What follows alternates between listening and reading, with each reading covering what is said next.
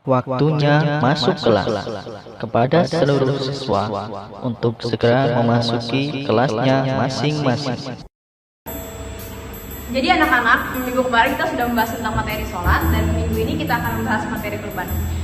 Sebelum ibu masuk ke dalam materi kurban, kira-kira di sini udah ada yang tahu tentang materi kurban atau belum? Jainul?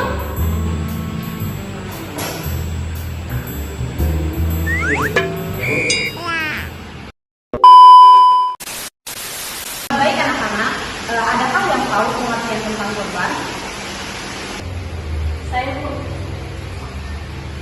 Baik, Imea, silahkan maju ke depan untuk menjelaskan.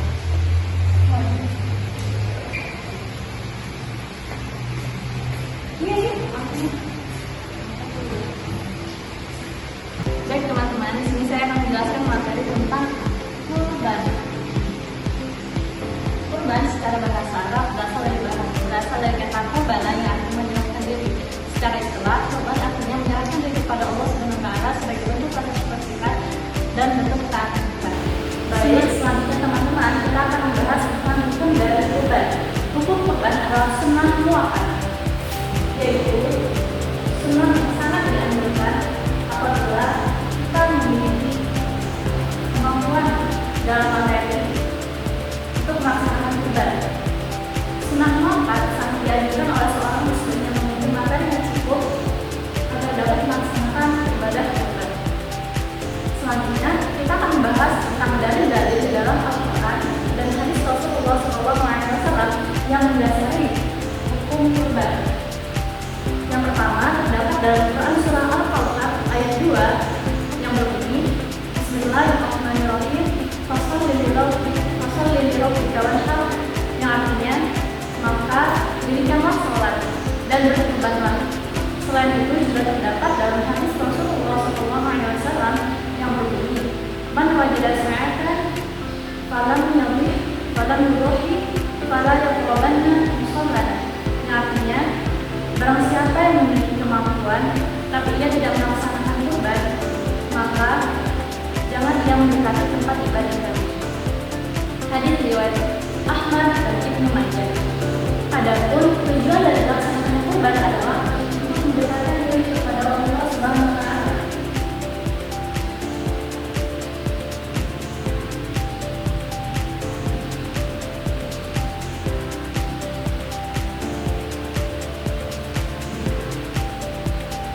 Untuk mendekatkan diri kepada Allah Subhanahu wa Ta'ala, salah satunya adalah dengan melaksanakan ibadah kurban.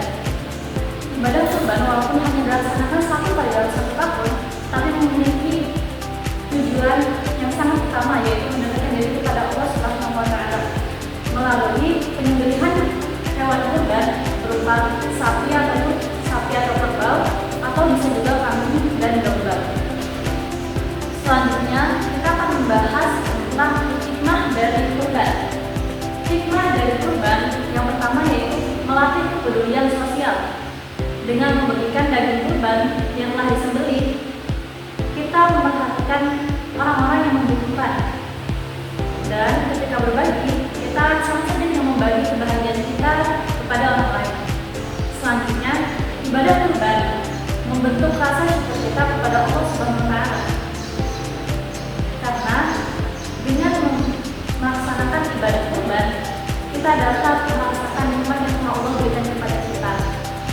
Dan yang ketiga adalah menyambung tali silaturahmi. Saat membagikan daging kurban atau melaksanakan Idul Adha, kita sama saja dengan membentuk tali silaturahmi, memperluas ukhuwah Islamnya dan mempererat persaudaraan. Baik teman-teman, setelah mempelajari tujuan, makna, sejarah, dan hikmah dari kurban, selanjutnya kita akan membahas tentang syarat sah untuk melaksanakan kurban. Yang pertama adalah sehat dan tidak cacat. Sehat dan tidak cacat adalah suatu upaya untuk seorang penyembelih hewan kurban agar ketika melaksanakan kurban, kualitas penyembelihan hewan tersebut tetap baik. Yang kedua yaitu berumur cukup.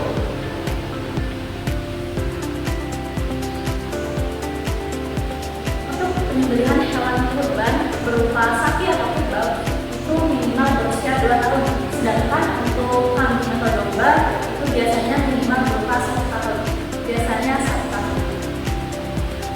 Selanjutnya kita akan membahas sedikit tata cara pelaksanaan kurban. Seperti syarat yang sudah kita ketahui ada 2, yaitu sehat dan berumur cukup. Untuk penyembelihan yang untuk tata cara pertama yaitu memilih daging kurban yang sehat dan berumur cukup agar kualitas penyembelihan dilaksanakan dengan baik. Yang kedua yaitu memperhatikan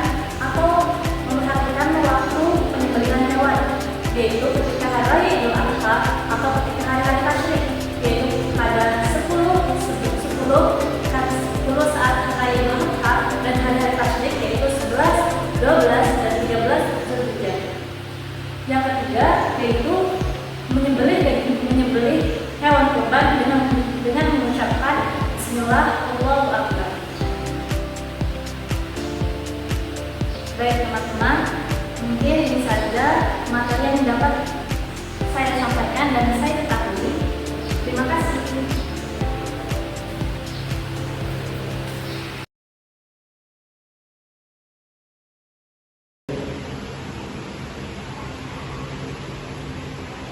Jainul, daripada kamu ngantuk, mending kamu maju ke depan untuk menghibur teman-teman kamu dengan ice breaking.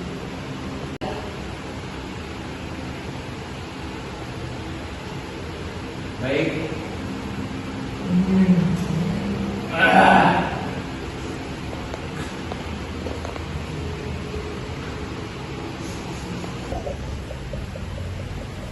Jadi teman-teman, sebelum kita briefingnya tuh namanya jangan salah pegang. Seperti contoh, kalau umpamanya saya suruh pegang kepala, berarti pegang kepala. Contoh, pegang kepala. Nah, paham kan? Apa? Oke, sebelum itu semuanya berdiri. Berdiri semua. Pegang kaki. Kaki mana? Oke. Kaki panjang deh. Pegang semuanya. Pegang hidung. Pegang rambut.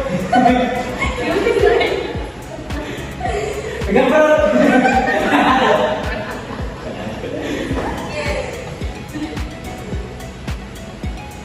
Pegang kuda. Ada bingung. Pegang lagi. Pegang gigi. Oke, pegang apa lagi ya? Pegang teman kalian. Bentar. Pegang muka. Pegang hidung.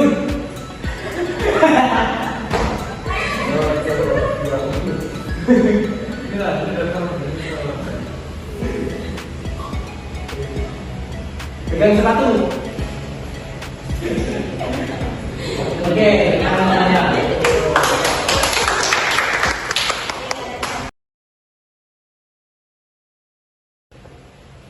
Baik, untuk saudara Arifin dan saudara Kiki silahkan maju ke depan menjelaskan dan mempraktekkan tentang pelaksanaan kurban. Waktu itu dipersilakan.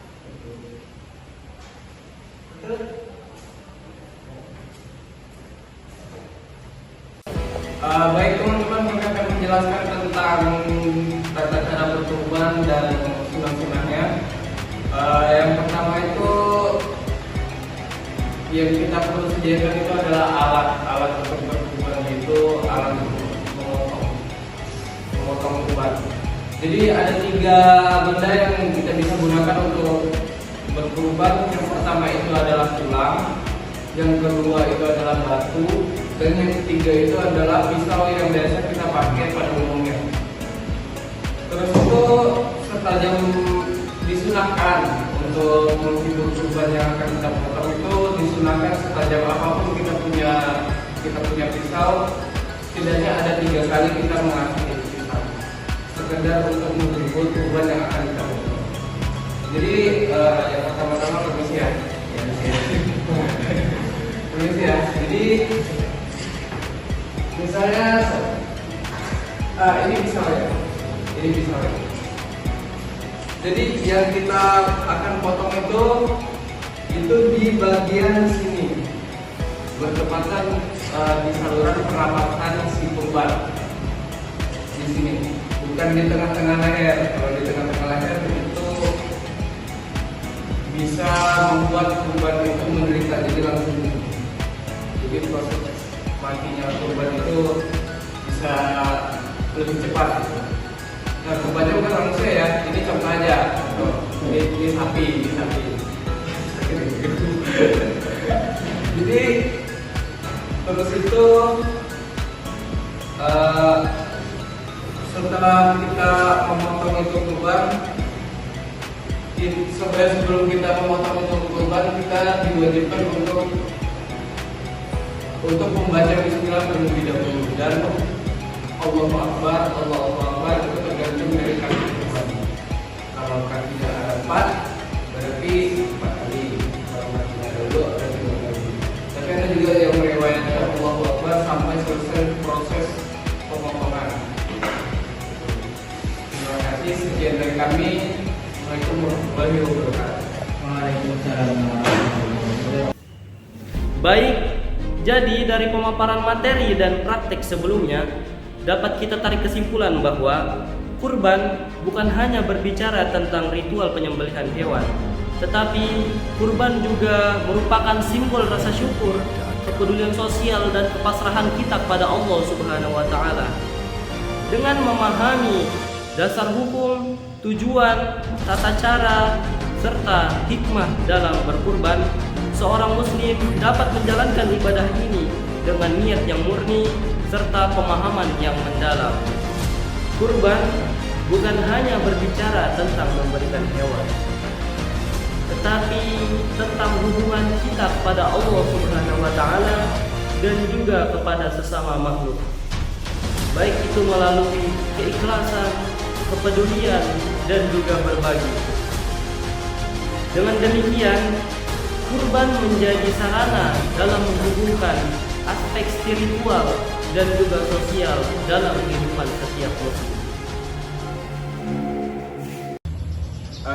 Sekian pemaparan video dari kami, kurang dan lebihnya kami mohon maaf. Kami dari kelompok 1 mengucapkan terima kasih. Assalamualaikum warahmatullahi wabarakatuh.